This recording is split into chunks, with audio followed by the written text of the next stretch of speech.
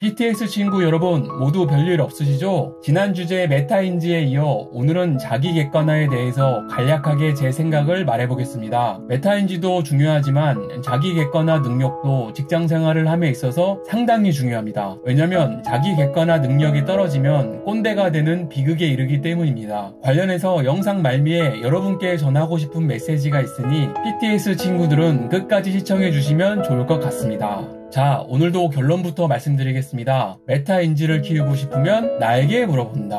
자기 객관화 능력을 키우고 싶으면 너에게 물어본다.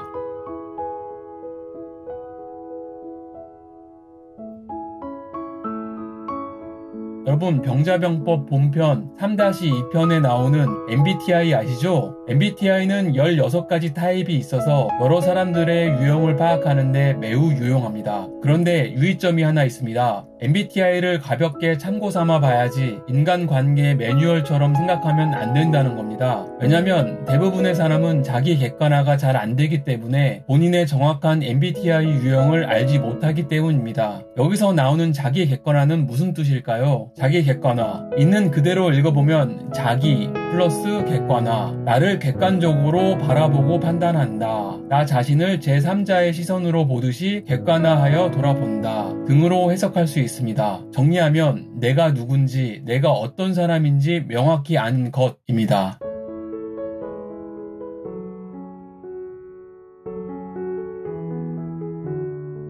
무지렁의 지, 무지의 지라는 말이 있습니다. 소크라테스의 철학을 특징 짓는 유명한 말인데 요약하면 나는 내가 아무것도 모르는 것을 안다 라는 말입니다. 내가 무엇을 알고 무엇을 모르는지를 아는 것, 바로 메타인지에 관한 이야기입니다. 지난 시간에 메타인지는 단순하고 명확한 개념이 아니기 때문에 좀 복잡하다고 말씀드렸는데 메타인지는 화면과 같이 다양한 의미로 사용되고 있어서 명확한 개념을 설명하기에는 어려움이 많습니다. 자기 객관화는 메타인지와 비슷한 개념으로 많이들 혼용해서 사용하고 있는데 사실 저도 무지렁이의 지, 무지한 인간이라 자기 객관화와 메타인지에 대해 어떻게 설명드려야 할지 어려움이 있습니다. 오류가 있을 수 있지만 메타인지와 자기 객관화의 공통점과 차이점에 대해 제 생각을 말씀드리겠습니다. 먼저 공통점은 메타인지, 자기 객관화 능력 모두 올바르게 인지하는 능력이라는 겁니다. 차이점은 자기 객관화 능력은 인지 대상이 자기 자신이고 메타인지는 인지 대상이 자신, 타인, 사물, 학습, 생각, 이벤트 등등 인지 대상이 굉장히 광범위하다는 겁니다. 정리하면 올바른 인지의 시발점 메타인지,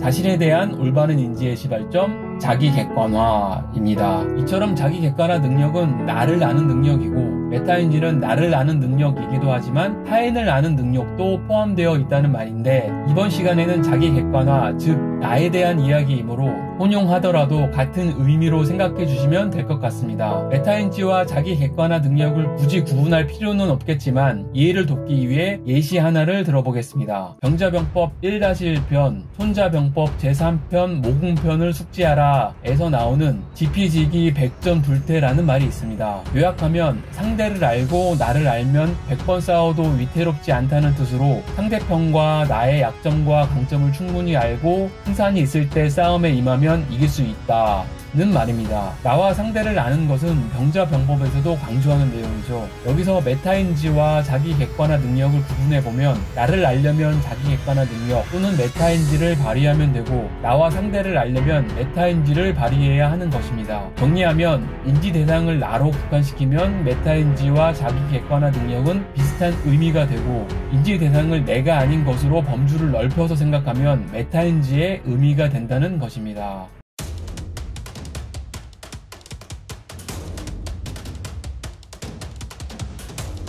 여러분 혹시 메러비안의 법칙을 들어보셨나요? 사람 간의 의사소통에서 언어적 요소의 중요성은 7%에 불과하고 청각적 요소는 38%, 시각적 요소는 55%를 차지한다 라는 법칙인데 말의 내용보다 시각적, 청각적 요소가 중요하다는 말입니다. 그런데 이 말을 오해하면 안 되는 게 우리 수업 같은 경우는 언어적 요소, 즉 수업의 내용이 더 중요합니다. 사실 영상 제작할 때 시각적, 청각적으로 더 높은 퀄리티의 영상을 만들고 싶은데 근데 제 영상 편집 능력이 제 생각을 따라잡지 못하고 내용에만 집중하는 것 같아서 좀 아쉽긴 합니다. 어쨌든 여러분이 생각하는 본인 목소리 있죠? 녹음기 켜고 녹음해서 본인 목소리를 한번 들어보세요. 본인이 생각하는 내 목소리와 실제 내 목소리에서 상당한 차이를 느끼실 겁니다. 이처럼 남이 바라보는 내 모습과 내가 생각하는 내 모습은 많이 다릅니다. 남이 보기 쉬운 내 얼굴, 스스로는 볼 수 없는 내 얼굴, 나를 타인의 시선으로 보듯이 객관적으로 바라보고 판단하는 것은 상당히 어렵습니다. 우리는 타인은 객관적으로 보고 쉽게 평가할 수 있지만 본인에 대해서는 그렇게 하지 못합니다. 옆에 있는 사람이 볼 땐 문제가 눈에 훤히 보이지만 본인만 본인의 문제를 보기 힘든 게 인간의 특징이기도 합니다.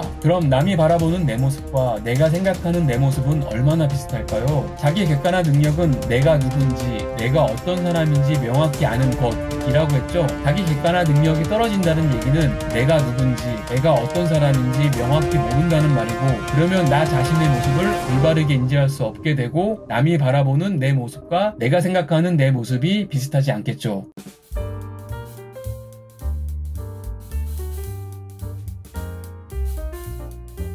자기 객관화 능력이 필요한 이유는 많이 있겠지만 제가 생각하는 대표적인 이유 3가지는 이렇습니다. 1. 나의 무지를 자각할 수 있다. 무지, 아는 것이 없음.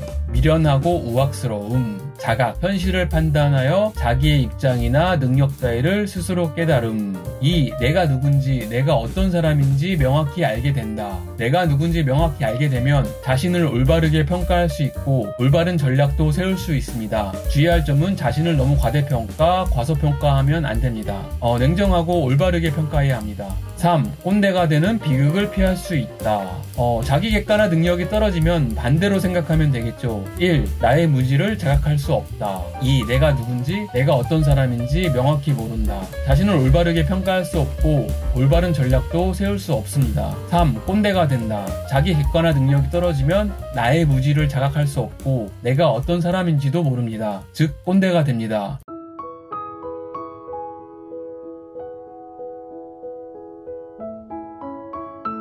자기 객관화 능력은 어떻게 키울까요? 메타인지와 마찬가지로 글쓰기가 좋은 해결책입니다만 앞서 메타인지 시간에도 말씀드렸듯이 이게 현실적으로 쉽지가 않습니다. 그러면 어떻게 해야 할까요? 간단하고 현실적인 방법은 없을까요? 드디어 자기 객관화 능력을 키우는 저만의 미친 솔루션을 말씀드리겠습니다. 이 말 한마디 하려고 지금까지 길게도 얘기했네요. 여러분, 너에게 물어보세요. 지랄하고? 자빠졌네.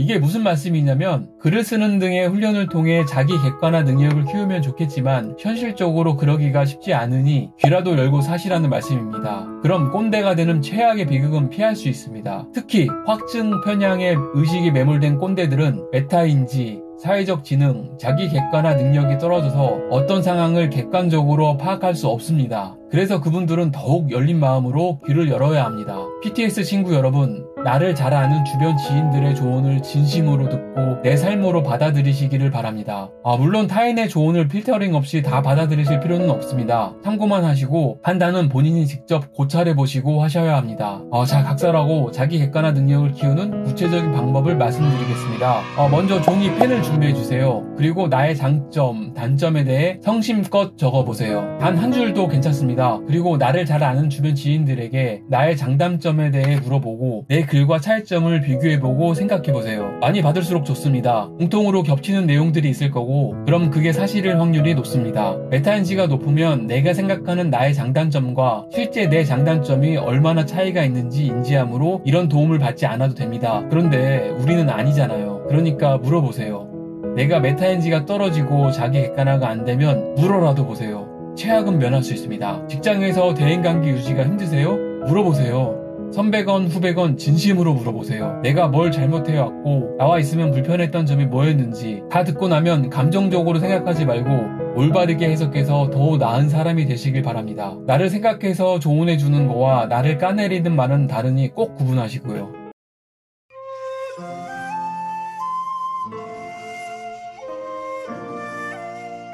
좋은 약은 입에 쓰고 충고하는 말은 귀에 거슬린다. 좀 쓴소리 좀 하겠습니다. PTX 친구 여러분은 제가 그토록 강조하는 멘토, 책사가 있으신가요? 혹시 있다면 그분들의 조언을 성심껏 여러분의 삶으로 받아들일 수 있나요? 타인의 조언을 진심으로 받아들이는 능력도 자기 객관화 능력 이상으로 중요합니다. 자기 객관화 능력을 높이는 방법을 찾기 전에 멘토, 책사부터 찾아보시고 그분들의 진심 어린 조언을 겸허히 받아들이는 능력부터 키우셨으면 좋겠습니다. 여기서 말하는 조언은 위로, 격려, 공감이 아니고 팩트를 기반으로 한 조언을 말합니다. 공감, 위로, 격려 물론 다 좋습니다.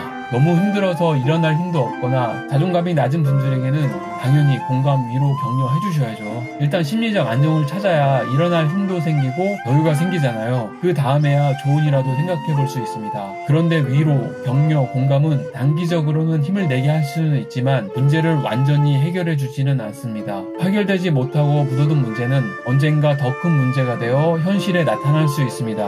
PTX 친구 여러분, 저는 여러분이 자존감을 높이셨으면 좋겠습니다. 자존감은 나를 보호해주는 방패와 같습니다. 자존감을 높이시고 현실과 맞서 싸우시길 바랍니다. 인생에는 큰 변화가 필요한 순간이 오게 되고 큰 변화에는 용기가 필요합니다. 용기가 필요한 순간에 여러분 곁에서 항상 응원하겠습니다. 감사합니다.